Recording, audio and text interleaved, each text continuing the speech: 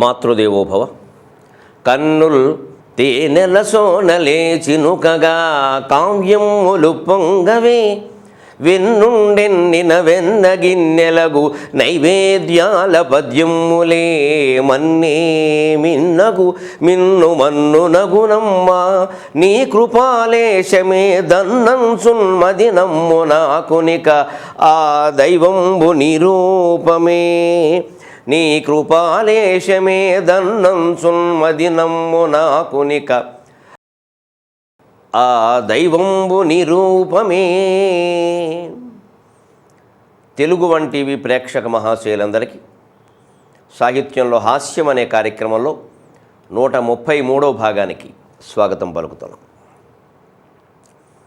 కార్యేషు దాసీ కరణేషు మంత్రి, భోజ్యేషు మాతా శయనే చరంభ, రూపే చ లక్ష్మీ క్షమయా ధరిత్రి, షడ్గుణ్యయుక్త కులధర్మపత్ని అని తీరిగ్గా నీతులు ఆడవాళ్ళకి చెప్పేసాం మనం.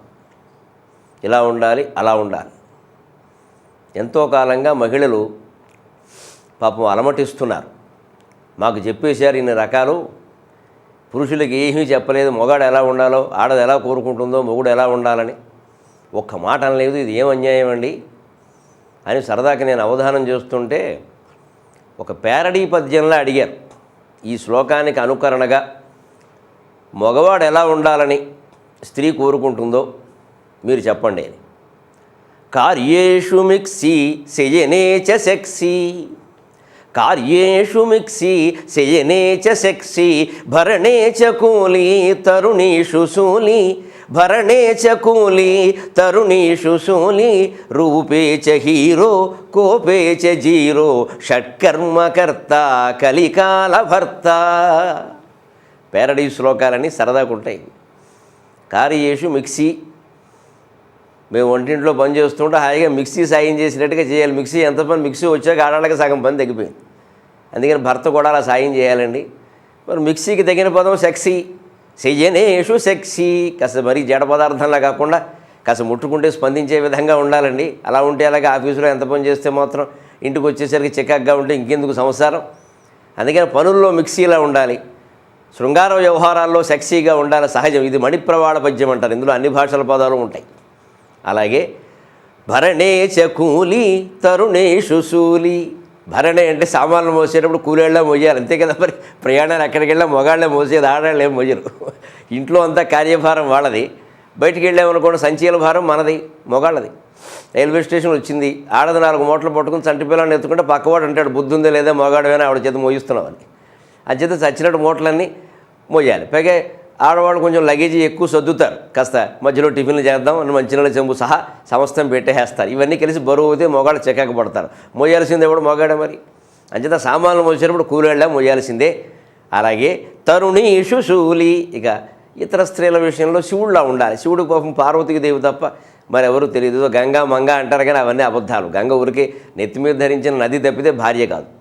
అందుకని నిజంగా సగం దేహాన్ని ఇచ్చిన పరమేశ్వరుణ్ణి మించి గొప్ప భర్త ఎవరూ ఉండరు. అందుకని స్త్రీల విషయంలో మా ఆయన శూలి, అవసరమైతే శూలం ఎత్తేవాళ్ళ. పరస్త్రీలు ఎవరన్నా పలకరించినా సరే నాకు మా ఆవిడ తప్ప మరెవరూ తెలియదన్నంత గట్టిగా మాట్లాడే విధంగా ఉండాలి. కార్యేషు మిక్సీ శయనేషు సెక్సీ, భరణే చ కూలి తరుణీషు శూలి, రూపే చ హీరో కోపే చ జీరో. రూపంలో మంచి సినిమా హీరోలా ఉండాలి, కోపంలో మాత్రం జీరో, ఎప్పుడూ కోపం రాకూడదు. మరి వాళ్ళ కోరికలు వాళ్ళకు ఉంటాయండి. మనమేమో కార్యేషు దాసి కరణేషు మంత్రి శయనేచ రంభ భోజ్యేషు మాత అని మనం నిబంధనలు పెట్టగానే సరిపోయిందా? రూపంలో సినిమా హీరోలా ఉండాలి, ఎప్పుడు యంగ్ లుకింగ్, దెబ్బ తినకుండాను. మరి అలాగే కోపంలో జీరోగా ఉండాలి, ఏమాత్రం కోపపడకూడదు. ఆలస్యమైనా పనులు అటు ఇటు అయినా కొంచెం ఇదైనా, ఒకవేళ ఎక్కడికైనా వెళ్ళి ఆలస్యంగా వచ్చినా, కాస్త ఎక్కువ సామాను సర్దినా, సమయానికి చేయాల్సిన పనులు చేయకపోయినా ఊరికే చికాకు పడుతుంటే పనులు ఎలా అవుతాయి? అందుకని కోపేచి జీరో, షట్కర్మకర్త కలికాల భర్త. ఈ కాలంలో ఈ 6 పనులు బాగా నేర్చిన వాడే సరైన భర్తగా పనికొస్తాడు. కార్యేషు మిక్సీ శయనేషు సెక్సీ, భరణే చ కూలి తరుణీషు శూలి, రూపే చ హీరో కోపే చ జీరో, షట్కర్మకర్త కలికాల భర్త.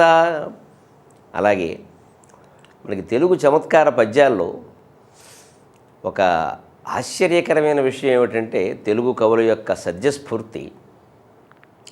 అప్పటికప్పుడు పుట్టిన ఆశువులండి ఇవన్నీ. అప్పటికప్పుడు అంత గొప్ప సమయస్ఫూర్తితోనూ సద్యస్ఫూర్తితోనూ చమత్కార భరితంగాను చాలా చోట్ల రసవత్తరంగా కూడా పద్యాలు చెప్పగలగడం ఆశ్చర్యం కలిగించేటువంటి ప్రతిభ. కృష్ణదేవరాయల ఆస్థానానికి ఒకసారి కాకమాను నృసింహరాయ కవి అని వచ్చాట. కాకమాను నృసింహరాయ కవి. కాకమాను ఆయన ఇంటి పేరు. సరే, నృసింహరావు ఈవేళ నరసింహరావు అన్నట్టే. చివరి కవి ఆయన తగిలించుకున్నాడు, దానికే ఉంది, వచ్చాడు. ఆ రోజుల్లో కేవలం కవి అయితే కుదరదు, గొప్ప పండితుడు కూడా కావాలి. ఈవేళ కవులు నేను పండితుడిని కాదండి నేను కవిని అన్న కొంత చెల్లుతుంది. ఆవేళ పండితుడు కానివాడు కవి కాలేడు.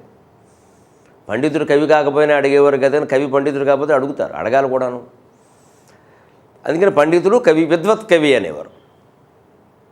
అసలు ముందు వైదృశ్యానికే ప్రాధాన్యం ఇచ్చారు, నీవు ఏ శాస్త్రం చదువుకున్నామని. అటువంటి విద్వత్ కవి ఆయన వచ్చాడు. ఆయన సరే ఒక ఆసనం వేశారు ఆయనకి. ఆ ఆసనం మీద కూర్చున్నాడు. కూర్చుని ఇంకా నేను అంత గొప్పవాడిని ఇంత గొప్పవాడిని అంటూ మొదలుపెట్టాను. సరే, ఏదో కొంచెం సభలో అలసాని పెద్దలని నందితేమన్నా వీళ్ళు కొంచెం మర్యాద పురుషోత్తములు, వాళ్ళు ఎవరిని అనరు, ఓ మాట అంటే పడలేరు, అందుకని వాళ్ళు అనరు.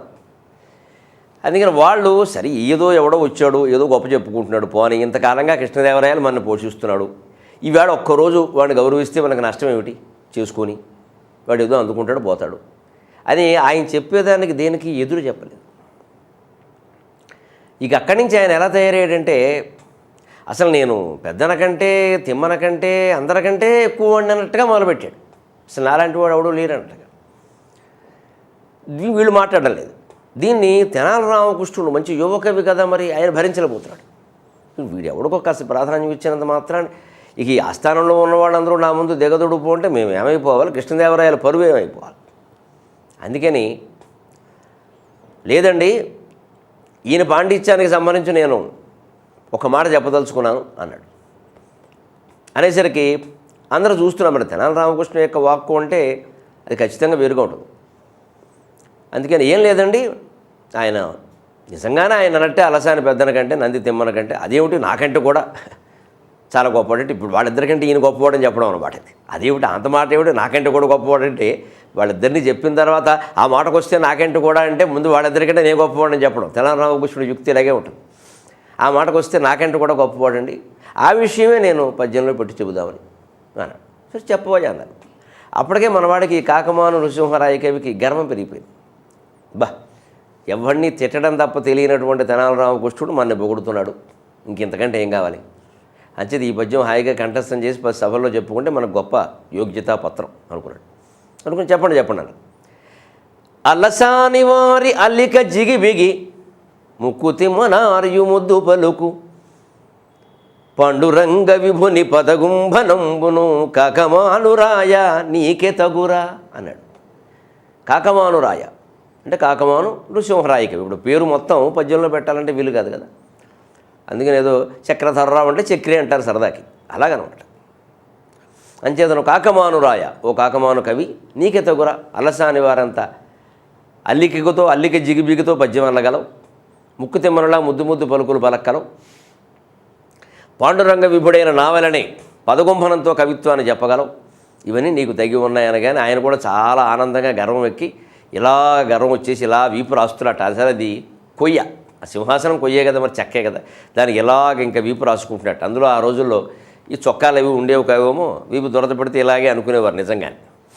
అందుకని రాస్తున్నట్టు చెబుతూ ఉండగానే ఆ కాకమానురాయ నీకే తగురా అని అనడంలో కొంచెం వ్యంగ్యం ఏదో ధ్వనించింది. ఇంకొక కవి లేచి ఏమిటో తెనాలి రామకృష్ణుడు ఏం చెప్పినా రెండు అర్థాలు ఉంటాయి, ఇందులో కూడా మాకు ఒక అర్థం గోచరిస్తుంది అన్నాడు. ఏమిటి? అవునండి, నేను రెండో అర్థంతోనే చెప్పాను. వాడు ఏం చేస్తున్నాడో చూడండి మీరు. వాడు ఏ పొగుడుతూ ఉంటే పోన్లే మహాకవులు పొగుడుతున్నారని సంతోషించడం మానేసి ఒళ్ళు కొవ్వెక్కి వీపు గోడకి రాస్తున్నాడు. నేను అదే చెప్పాను పద్యంలో, కావాలంటే మీరు సరిగ్గా చూడండి.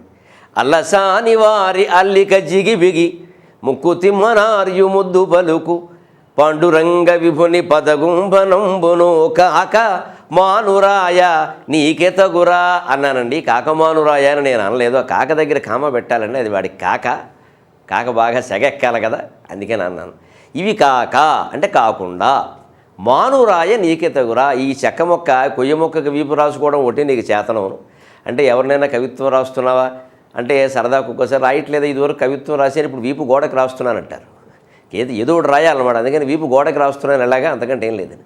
అలాగా ఇంత కవిత్వం రాయడం నీకు చేత కాదు, కానీ ఇవి కాకుండా మానురాయ నీకెతగురా, ఆ కొయ్య మొక్కని సింహాసనపు మొక్కని రాసుకుంటూ కూర్చోవడమే నీకు చేతనైన పని అని చెప్పానండి. అంటే అందరూ చప్పట్లు కొట్టి ఆనందించారు. వాడి గర్వం కూడా తగ్గింది. అప్పుడు ఓడించి పంపించారు. నాయన నువ్వు ఒక్కడవే గొప్పవాడవే అనుకోవద్దు, మహాకవులు చాలామంది ఉన్నారు, మేమేమి మమ్మల్ని మించిన వారు ఎవరూ లేరని మేము ఎక్కడా చాటలేదు, అంచేత నువ్వు కూడా అలా ఏమీ అనుకోవద్దు, అటువంటి భ్రమల్లో పడద్దు నాయన.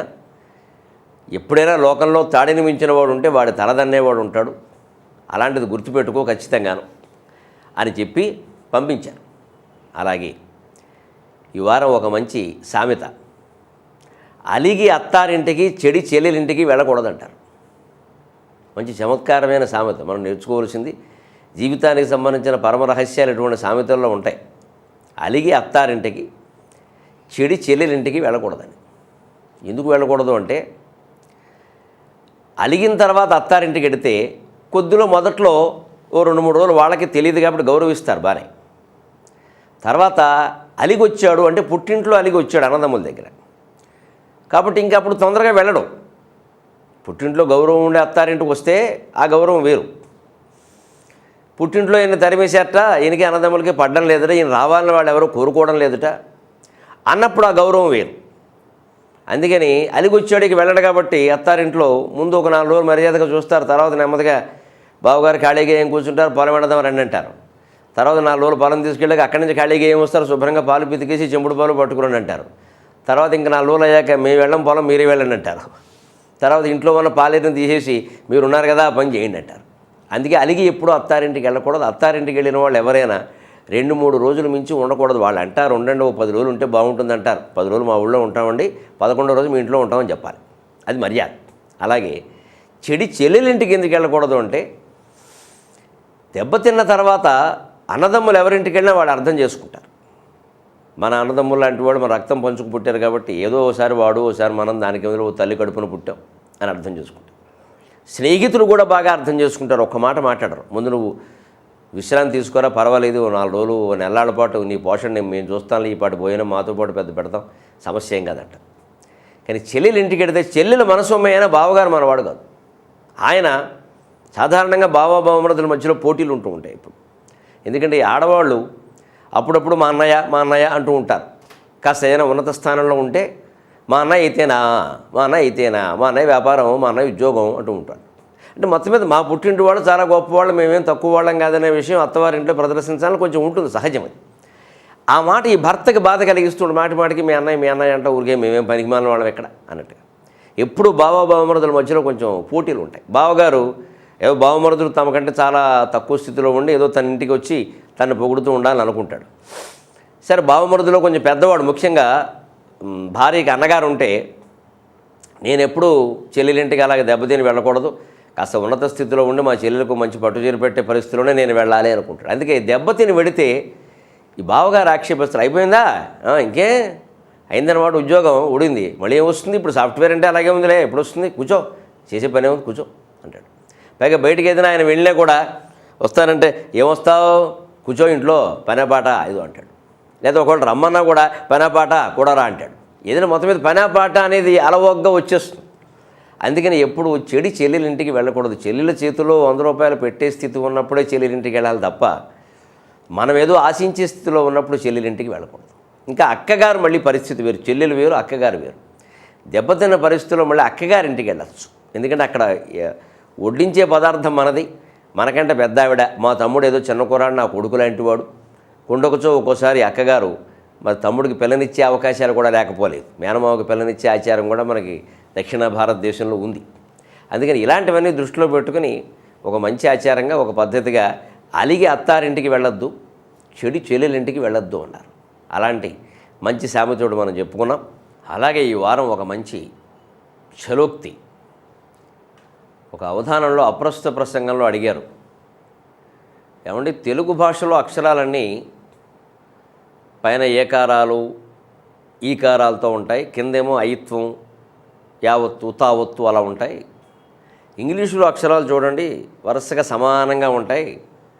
ఏదో టేబుల్ అంటే టీఏ బిఎల్ అన్నీ ఒకే వరుసలో రాస్తాం మనం. ఓదాని పక్కన ఒకటి, ఓదాని మీద ఒకటి, ఓదాని కింద ఒకటి ఉండవండి. ఎన్ని అక్షరాలు ఉన్నా ఇంగ్లీషులో సుఖం ఉంటుంది, హాయిగా టైపుకి కానీ డీటీపీకి కానీ అన్నీ బాగుంటాయి. మరి తెలుగులో అలా కాదు, పైన ఏకారాలు ఈకారాలు ఓకారాలు, కిందేమో యావత్తు తావత్తు కావత్తు మావత్తు మీవత్తు నావత్తు అన్నీ ఉంటాయి. ఇలా ఎందుకంటే బాబు దీనివల్ల మనకి చాలా ఇబ్బందులు ఉన్నాయి కదా నాయన. ఎప్పుడు మనుషుల స్వభావాన్ని బట్టే భాషలో అక్షరాలు అన్నీ ఉంటాయి. తెలుగు వాళ్ళని ఇంగ్లీష్ వాళ్ళని గమనించను. ఏదైనా ఓ విమానాశ్రయంలో కానీ ఎక్కడైనా వరుసలో నిలబడ్డారనుకో, ఒకటి వెనకాల కూడా ఒకటి పక్కన కూడా అలా వరుసలో నిలబడతారు. మనం అలా కాదమ్మా, సినిమా టికెట్ దగ్గర నుంచుంటే 10 మంది నుంచుంటే 10 మంది నిలబడి ఉండగా ఒకడు పైనుంచి వెళ్ళిపోతాడు, ఒకడు ఈ పక్క నుంచి వచ్చేస్తాడు, ఒకడు ఈ పక్క నుంచి వస్తాడు, ఒకడు అందరి కాళ్ళ మధ్యలోంచి వెళ్ళి ముందుకెళ్ళిపోయి చేయట్టేస్తాడు. అంచేది మన స్వభావాన్ని బట్టే మన అక్షరాలు కూడా ఉన్నాయి నాయన. మన కింద ఐత్వాలు, కింద యావత్తులు కావత్తులు, పైన ఏకారాలు వికారాలు ఎందుకు వచ్చాయంటే మనం అంతే కదా, మనం ఎప్పుడైనా ఒక చోట నిలబడితే కదా. అసలు నీకు కావాలంటే సికింద్రాబాద్ స్టేషన్లో జనతా ఆహార్ క్యాంటీన్ అని ఉంటుంది, 17 రూపాయలకి ఇడ్లీ సాంబార్ ఇస్తారు. అందులోకి వెళ్ళి సాంబార్ చుక్క పైన పడకుండా అరగంటలో తిరిగి వస్తే వాడు గిన్నీస్ బుక్ అవార్డు ఇచ్చేయచ్చు. 2 ఇడ్లీ తిని, ఎక్కువ ఒక్కల 2 ఇడ్లీ తిని సాంబార్ చొక్కా మీద పడకుండా బయటికి రావాలి, వస్తే చాలు, ఇంకేం ఒక్కలేదు. వాడికి ఆ ఇడ్లీ ఖర్చు మనం పెట్టుకుని గిన్నీస్ బుక్ రికార్డు ఇచ్చేయచ్చు. మన స్వభావం. అలాగే ఇంకా కొంచెం చమత్కారంగా ఆలోచిస్తే ఇంకో ప్రశ్న, తెలుగులో అచ్చ తెలుగు అక్షరాల్లో ద్విత్వాలే ఉంటాయి, సంయుక్తాలు ఉండవు. ద్విత్వం అంటే ఏ హల్లు కింద ఆ హల్లే ఉండడం. కా కింద కావొత్తే, చా కింద చావొత్తే, డా కింద డావొత్తే, అడ్డము దిడ్డము, ఏదో పిచ్చి అచ్చి బుచ్చి అని, చా కింద చావొత్తు, అక్క కుక్క చెక్క, కా కింద కావొత్తు, అలాగే ఉంటాయి. ఎక్కడైనా మీకు సంయుక్తాక్షరం ఉందంటే, అంటే ఒక హల్లు కింద వేరే హల్లు ఉందంటే అది సంస్కృతం లెక్క. ఇప్పుడు చక్రము కా కింద రావొత్తు, శక్యము కా కింద యావొత్తు, నక్తము కా కింద తావొత్తు, అలా ఉందంటే ఈ అక్షరాలు ఈ పదాలు సంస్కృతం అని ఖచ్చితంగా చెప్పచ్చు. తెలుగు భాషకు సహజ లక్షణం ఏమిటంటే, అచ్చ తెలుగు భాషకి సంస్కృతం కలవనటువంటి అచ్చ తెలుగు భాషకి లక్షణం ఏ హల్లు కింద ఆ హల్లే ఉంటుందంటే దాన్ని ద్విత్వం అంటారు. ఒకే అక్షరాన్ని 2 సార్లు పలకడం. వేరే అక్షరం కలిస్తే సంయుక్తం అంటారు. అందుకని ద్విత్వాలే ఉంటాయి తప్ప సంయుక్తాలు ఉండవు. ఒక్క రావత్తు దీనికి మినహాయింపు. ఎందుకంటే ప్రొద్దు, ప్రాత, క్రొత్త, వ్రాత అన్నప్పుడు కూడా వా కింద రావత్తు ఉంటుంది. అలాగ రావత్తు ఒక్కటే దీనికి మినహాయింపు. ఆ రావత్తు తప్ప ఇంకా ఏ ఒత్తులు ఉన్నా కూడా ఒక అక్షరం కింద అదే ఒత్తు ఉంటే అది తెలుగు, అక్షరం కింద వేరే ఒత్తులు కనుక ఉంటే అది ఖచ్చితంగా సంస్కృతం అని చెప్పేసేయచ్చు. దీనికి కారణం ఏమిటండి అని అడిగారు. మరి ఇది ఉన్నప్పుడు అది ఉండాలి కదా. ఆ అక్షరం కింద అదే ఒత్తు ఉంటుంది, కా కింద కావొత్తే, చా కింద చావొత్తే, యా కింద యావొత్తే ఉండేవి ఉన్నాయన. మన వాళ్ళని తొక్కేయడమే అలవాటు, వేరే వాళ్ళని ఎప్పుడు తొక్కం కదా మనం. తెలుగువాడు ఎప్పుడు తెలుగువాడిని తొక్కేస్తాడు. అంటే తెలుగువాడు పైకి వస్తున్నాడు తొక్కేయి అని ఒక డ్రామా కూడా ఉంది నాయన.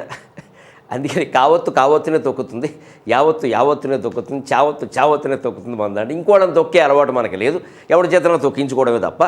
అందుకని మన లక్షణమే మన భాషకు ఉంటుంది నాయన, ఇందులో సందేహించాల్సిన పని లేదు అని అంటే గొల్లు మనం నవ్వడం జరిగింది సభ అంతా. ఇవి మన లక్షణాలు ఎలాగే మనం ఒక్కోసారి వ్యంగ్యంగానైనా అనుకుంటూ ఉంటే మన పెద్దవాళ్ళు చెప్పినట్టుగా ఇది తెలుగు వాళ్ళ లక్షణం అని ఎప్పుడైనా బాగుపడే అవకాశం ఉండదు. ఎందుకంటే తెలుగులో జ్ఞానపీఠాలు ఇప్పటికి 2కి వచ్చాయి. 71లో విశ్వనాథ్ వారికి వచ్చింది రామాయణ కల్పవృక్షానికి, 88లో మళ్ళీ నారాయణ రెడ్డి గారికి విశ్వంభర కావ్యానికి వచ్చింది. 71కి 88కి మధ్యలో 17 ఏళ్ళు తేడా ఉంది. 88 తర్వాత అప్పుడే 25 ఏళ్ళు అయిపోయింది. ఇంతవరకు మళ్ళీ తెలుగులో జ్ఞానపీఠ పురస్కారానికి నోచుకున్న కవి లేడా మీరు గమనించండి. కరుణశ్రీ గారు ఏమయ్యారు, పుట్టపర్తి నారాయణాచార్యులు గారు ఏమయ్యారు, గుంటూరు శేషేంద్ర శర్మ గారు ఏమయ్యారు, మధునాపంతుల వారు ఏమయ్యారు, జాషువా ఏమయ్యారు, శ్రీశ్రీ ఏమయ్యారు, ఎంతమంది ఉన్నారండి. రాకపోవడానికి తెలుగు వాళ్ళలోనేమో దీనికి కావలసిన మేనేజింగ్లు విధానాలు ఉంటాయి, ఇవన్నీ లేకపోవడం ఒకటి. రెండవది, బాబు మీ దాంట్లో జ్ఞానపీఠానికి అర్హత ఉన్న కావ్యాలు ఏవి అని కొంతమందిని అడుగుతారు. తెలుగు సాహిత్యవేత్తల్ని, ప్రభుత్వాన్ని అడుగుతారు. ప్రభుత్వం ఎవరు, ఇప్పుడు ముఖ్యమంత్రికి ఏం తెలియదు కదా ఆ విషయాలు. ఓ సాహిత్యవేత్తలను నలుగురు నుండి ఓ కమిటీ వేసి చూడండి అంటే వీళ్ళు చాలా చక్కగా అంతేం లేవండి అని ముక్క రాసేస్తారు. ఎందుకంటే సాధారణంగా ఇందులో ఇదివరకు వచ్చిన ఆయన ఉంటూ ఉంటాడు, ఆయనకి ఇంకోటికి రావడం ఇష్టం ఉండదు. అందుకే అబ్బాయి మా దగ్గర అంత సీన్ లేదండి మామూలే అంట. ఎందుకంటే నేను కన్నడ దేశంలో పర్యటించాను. కర్ణాటకలో ఇప్పటికి 7గురికి జ్ఞానపీఠం వచ్చింది. తమిళంలో 8 మందికి వచ్చింది, మలయాళంలో 9-10 మందికి వచ్చింది. మరి దక్షిణాది భాషల్లో తెలుగు కంటే తర్వాత పుట్టినటువంటి భాషల్లో అంతంత వైభవం ఉన్నప్పుడు మన భాషకి ఎందుకు లేదు? ముఖ్యంగా మన స్వభావంలో ఈ ఒకళ్ళ మీద ఒకళ్ళు పడి కొట్టుకోవడం ఒకటి, ఒకళ్ళనొకళ్ళు తొక్కేయడం ఒకటి, మన ఒత్తుల్లాగే మన ఏకారాలు వికారాల్లాగే ఉండే స్వభావాన్ని కనుక మానుకోగలిగితే భాషకి అనేక వైభవాల్ని మనం సాధించగలుగుతాం. మన వాళ్ళ ప్రజ్ఞను ముందు మనం మెచ్చుకోగలగాలి. అందుకనే మనం ఎన్నో ప్రాచీనమైన తెలుగు పద్యాలు శ్లోకాల్లోంచి అనేక విషయాల్ని ఏరి కోరి చెప్పడం జరుగుతుంది. తద్వారా భాషా వైభవాన్ని మనం గమనిద్దాం. మళ్ళీ వారం కలుసుకుందాం. అంతవరకు తెలుగులో మాట్లాడదాం.